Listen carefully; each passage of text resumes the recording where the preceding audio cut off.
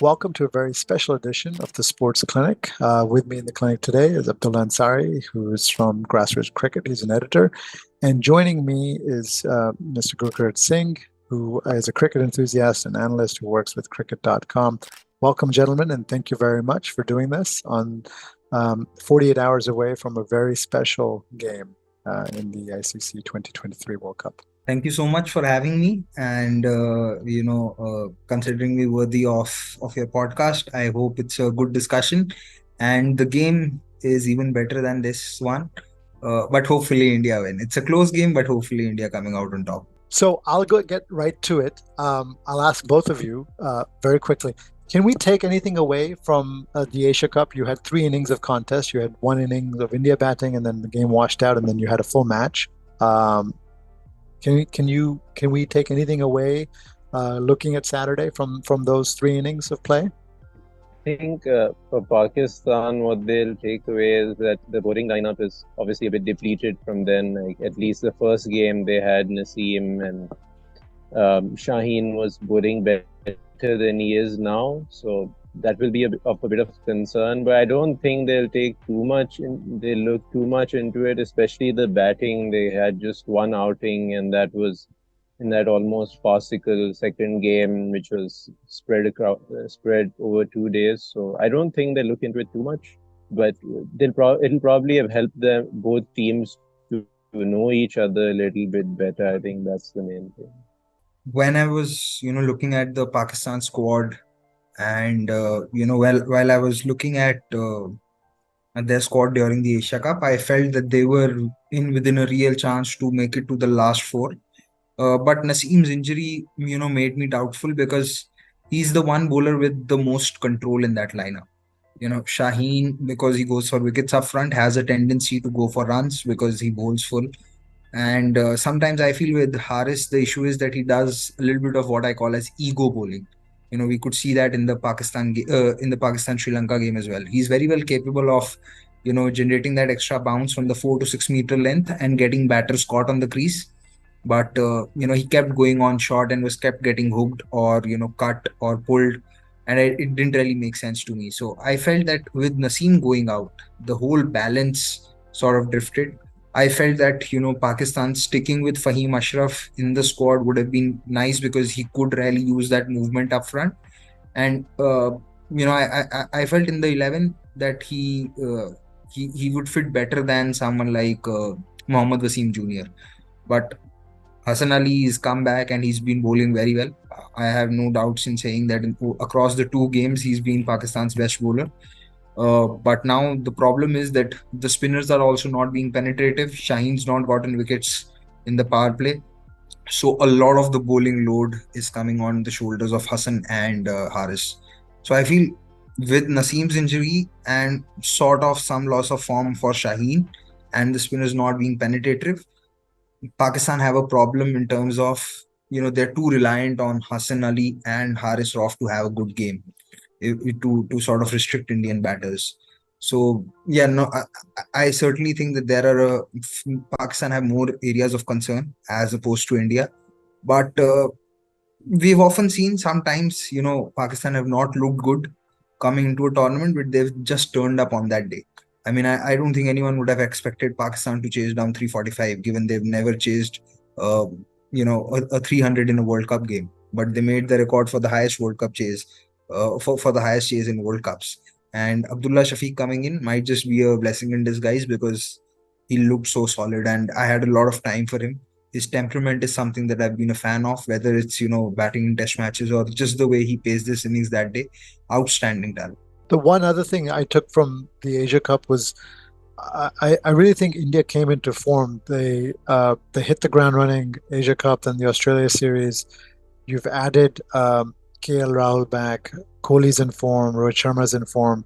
So this is a team that is really peaking at the right time. I discussed this with Ayaz Memon when I did the India preview, and his words were, "This is probably the most talented India team heading into a World Cup." I'm going to ask you about the Ahmedabad pitch. There's been no game there in about 8-9 days. What can you tell us about the pitch, how you expect the pitch, and then people want to know about, is there a do factor that'll be there in the second innings? Okay, so you were talking about the Indian team getting into form, the batters getting into form. Correct. And then the second question is then about the Ahmedabad pitch itself. There hasn't been a game there in about 8, 9 days. Hard to know how much you can take away from the opening day and the do factor that you may or may not expect. So I think the timing of the games are important. Uh, in the IPL, what used to happen was that the game would start at around 7:30. Now, within half an hour or sometimes even before, there was dew and there was enough help. You were bowling under lights that when the batters knew at the crease, you can use that early movement and take out wickets. But now with the game starting at 2 p.m., you will have the second innings starting latest by 6:30, and so in that 1 hour there may not be that much swing. So if there isn't enough swing and the dew comes on, then obviously batting second can get better. But you could also have instances like today, how Australia, before the dew came in, they had already lost 5 6 wickets, so it didn't really help them.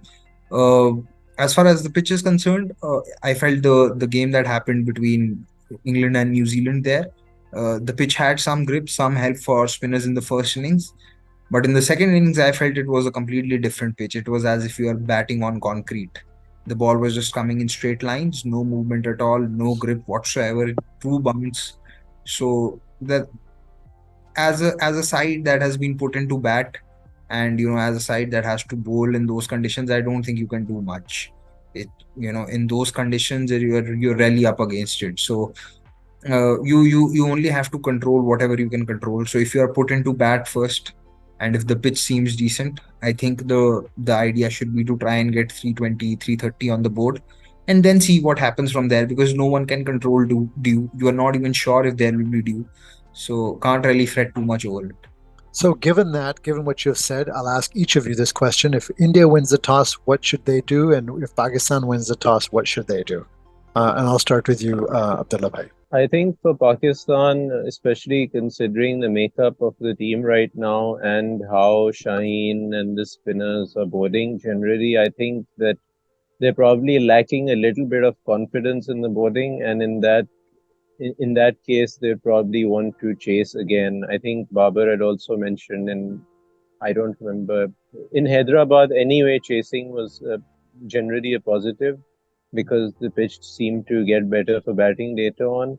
And I think that this team is also, like, over the past couple of years in ODIs, they have generally preferred to chase. I remember in a couple of bilaterals, when Babar opted to bat first, then he was almost like, we want to try something out of our comfort zone.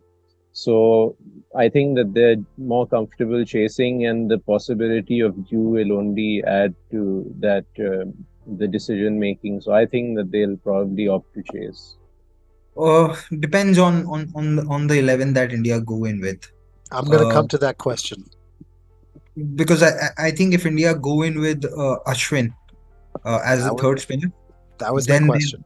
then they'll probably look to bowl first. But if India go in with Shami or Shardul, I do think that there's a great case for Shami to come in, given how well he bowled in the IPL at this venue.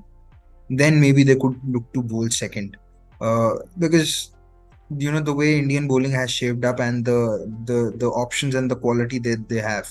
Even if, say, they are Pakistan win the toss and put India into bat, the bowling should back themselves to defend anything around the range of 290 to 300, 310, because that is something you should be looking forward to do as well if you are planning to win the title, because you will have semi-finals and finals at venues where that bowling second could be difficult.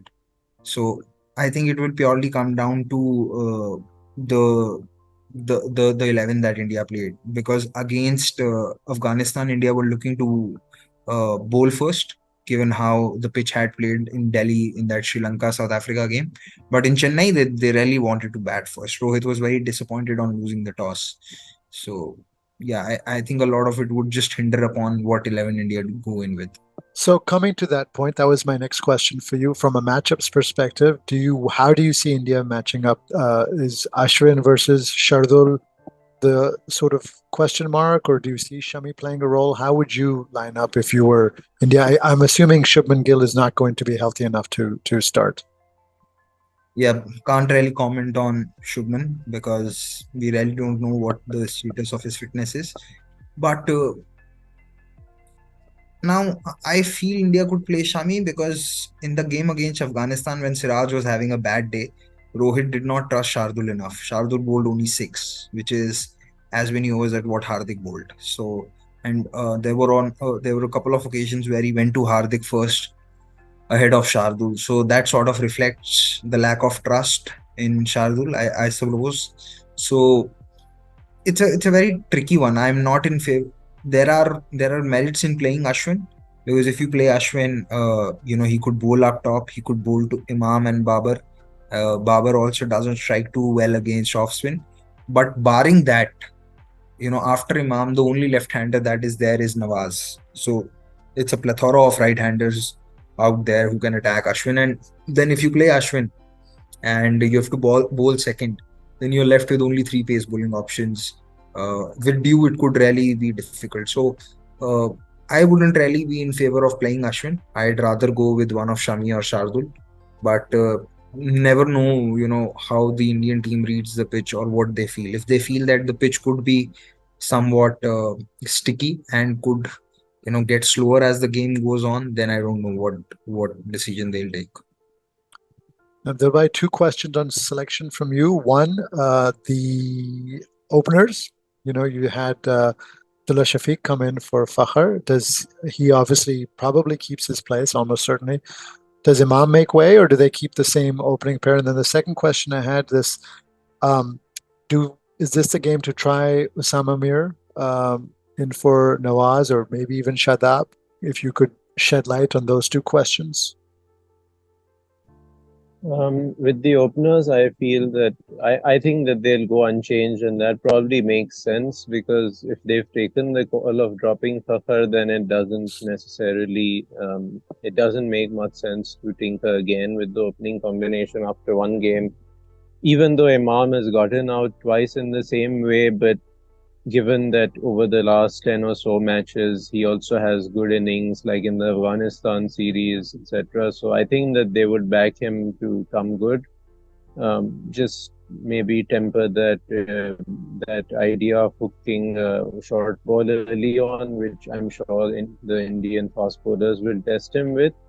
But with the spinners, I think it'll be interesting. Like, I'm not really sure what they're planning on doing. I feel like Osama comes into the picture more on a very flat type of track, possibly in Bangalore, somewhere like that. I feel that in Ahmedabad, like we saw in the first game where Santner did get some grip in the first inning, if they feel that there is some turn on offer, and also because India generally have the recent record, especially Kohli's, I think, record against left-arm spin isn't so great recently, and generally they've done pretty well against leg spin.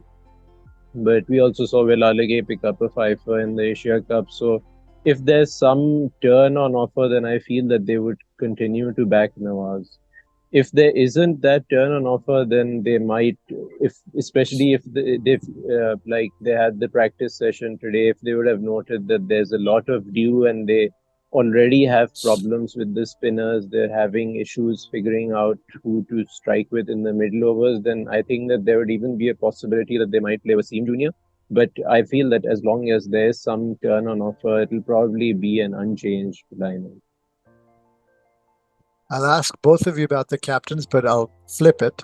I'm going to ask you, Gurkit, about Babar, about the pressures of captaincy, the expectations, his lack of performances against India.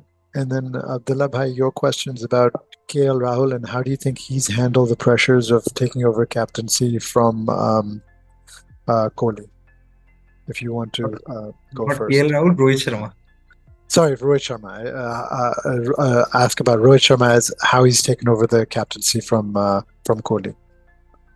Yeah, so I feel with Babar, sometimes that I've seen him operate in a manner where he's waiting for the opposition to make a mistake.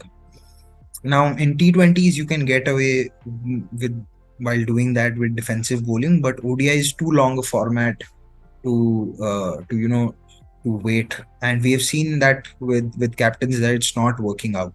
It is not working out with Shanaka as the Sri Lankan captain. It did not work out with Pat Cummins today when South Africa were consolidating. So I feel the best thing that Babar can do is that if and whenever he feels there's a window of opportunity that he can try and take a wicket, he should go for it. I mean, I felt in that game, in that first game where which got rained out when India were 4 down pretty early, and Ishan Kishan and Hardik Pandya had a partnership. Between overs 15 to 35, Babar only bowled 2 overs of pace. I felt, he could have gone back to his paces early, could have given them a slightly longer spell. Because both the batters, Ishan Kishan and Hardik Pandya, were comfortable versus Shadab and Nawaz. They were not troubled at all, and he had 3 paces at his disposal in Naseem, Haris, and Shaheen. But he wanted to bowl last 4 of Shaheen in the last 10. But by then, India had already achieved a decent score and had reached a position of consolidation. So I don't think you can do that anymore in ODI cricket, because if you wait for things to happen, they will not happen. Batters can get too comfortable, and the one advantage that India have is that if any of the top 4 or even top 5 are settled in the last 10, then they could really make the opposition pay. I don't think it I don't think I need to explain how Virat can accelerate in the last 10-15. Rohit's now taken much a bit of a dasher kind of a role, so he's not starting slow, he's trying to attack fast. But with Shreyas and KL, they have that skill to really accelerate well in the last 10. And it is something that India will also look at, because both Hardik and Jadeja have not been in good batting form. So for Pakistan's sake, or for the sake of a good contest, I would hope that someone like Babar is proactive in terms of his bowling changes and looks for wickets in the middle overs. And touch If he on his thinks batting as well, if you don't mind. What needs to change for him in his batting approach that you have seen recently? His lack of sort of big scores against big teams in big moments.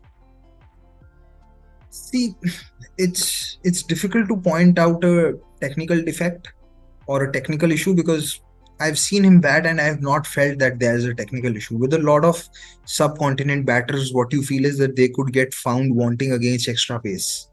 But with Babar's, that's not an issue, because he's someone who can play late, he can ride the bounce well, has short spare of the wicket against pacers. So that is something which a lot of Asian batters struggle with. But if you have that, you have most boxes ticked as a batter. But surprisingly, him not having a great record versus off spin is something which is a little hard to digest, because you expect subcontinent right-handed batters to do well against off spin, but he's not done it that well, whether it's T20s or ODIs. So I don't know if it's because he's taking too much pressure on himself, or he's getting caught at the crease versus spin. But there is something that he'll definitely like to correct. He doesn't have a 50 versus India, and there could not be a bigger occasion, because I do feel, regardless of the fact Pakistan win the World Cup or not win the World Cup, if Babar doesn't score runs against big teams, his legacy as a batter would be viewed very differently. It's one thing to accumulate a lot of numbers, have good averages, but at the end of the day, people only remember you when you've had big performances in important games. Right. So that has been one of the biggest criticisms for KL Rahul in India, that he's not turned up on big occasions, even when he's had decent runs and decent averages. So that way, this World Cup is legacy defining for Babar the batter.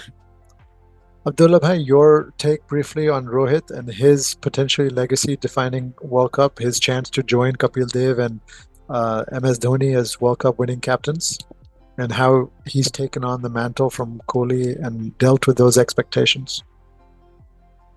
Yeah, I think he's dealt with them really well, and India as a team seem to be primed. I mean, I would put them easily as the favorites for this World Cups, and I think that that's probably the overarching sentiment generally. So, with his captaincy and leadership and everything, I think there's not so much to talk about because he does everything pretty well. Like he's experienced, he knows when to do what. With his batting, it's been pretty interesting to see his changed approach towards ODI cricket. Like often you don't see that with batsmen, especially in the advanced years, that they totally start batting in a different way. But he's done that. Earlier, he used to look to score big, go for the big hundreds, and end up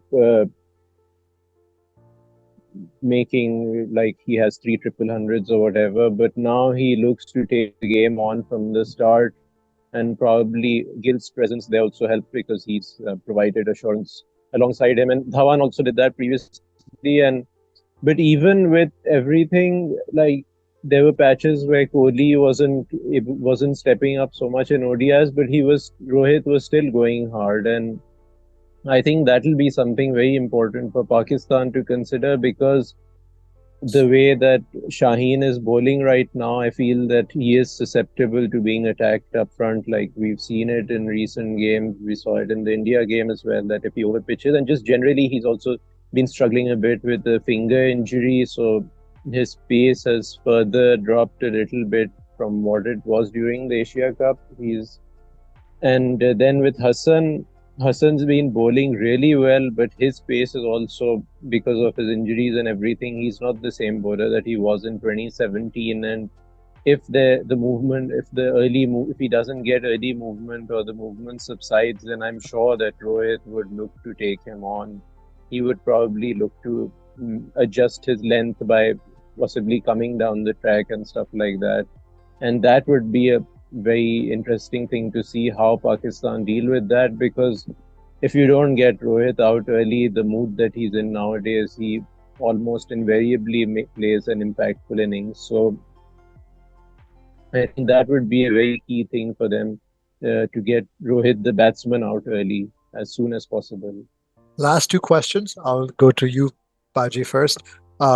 What's the key? I was watching your podcast, your YouTube videos. You guys do a great job looking at the analytics of the game. What is your key data point that you're going to look to in this game? And then the question for you, the last question for you is, what does Pakistan need to do to win? And Abdullah Bhai, your question is, what's the key data metric that you see, and what does India need to do to win the game? I feel the middle order battle for Pakistan batters. I'm looking at actually, when I'm talking about middle order, I'm talking 3, 4, 5. I think Babar, Rizwan, and Saud Shakil have a huge task on their hands uh, to play out Indian spinners decently, because in the two games that have happened, Kuldeep and Jadeja have been pretty much on top of the opposition. Jadeja did not get wickets versus Afghanistan, but he bowled a fairly tight spell.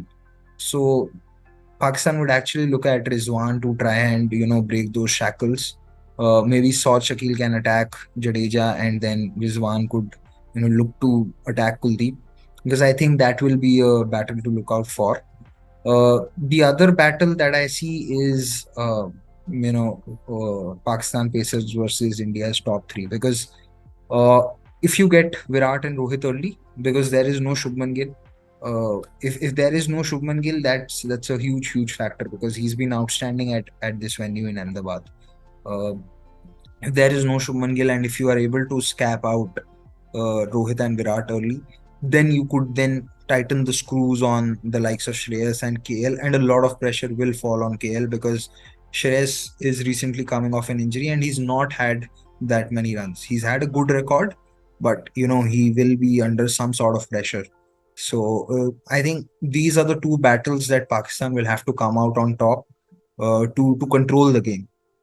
Because if these two facets are taken care of in each innings, So if the 3-4-5 are able to do well versus spin and middle overs, they'll also be able to finish strongly, because then we will allow the likes of Iftikhar, Shadab, and Nawaz to then come and just hit out in the last 10 and finish strongly, which has not really happened so far in this World Cup. Even with South Africa, it did not happen.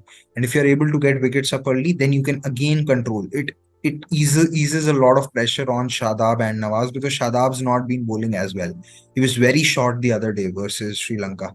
So if they have to come in and bowl when there's already pressure on them to get wickets, then with not being in great form, it doesn't help. But if Kohli and Rohit's been taken care of early, then their job also becomes far more easier with Haris then to soften up the batters with his short deliveries. So I feel these are the two areas where Pakistan can get ahead of India.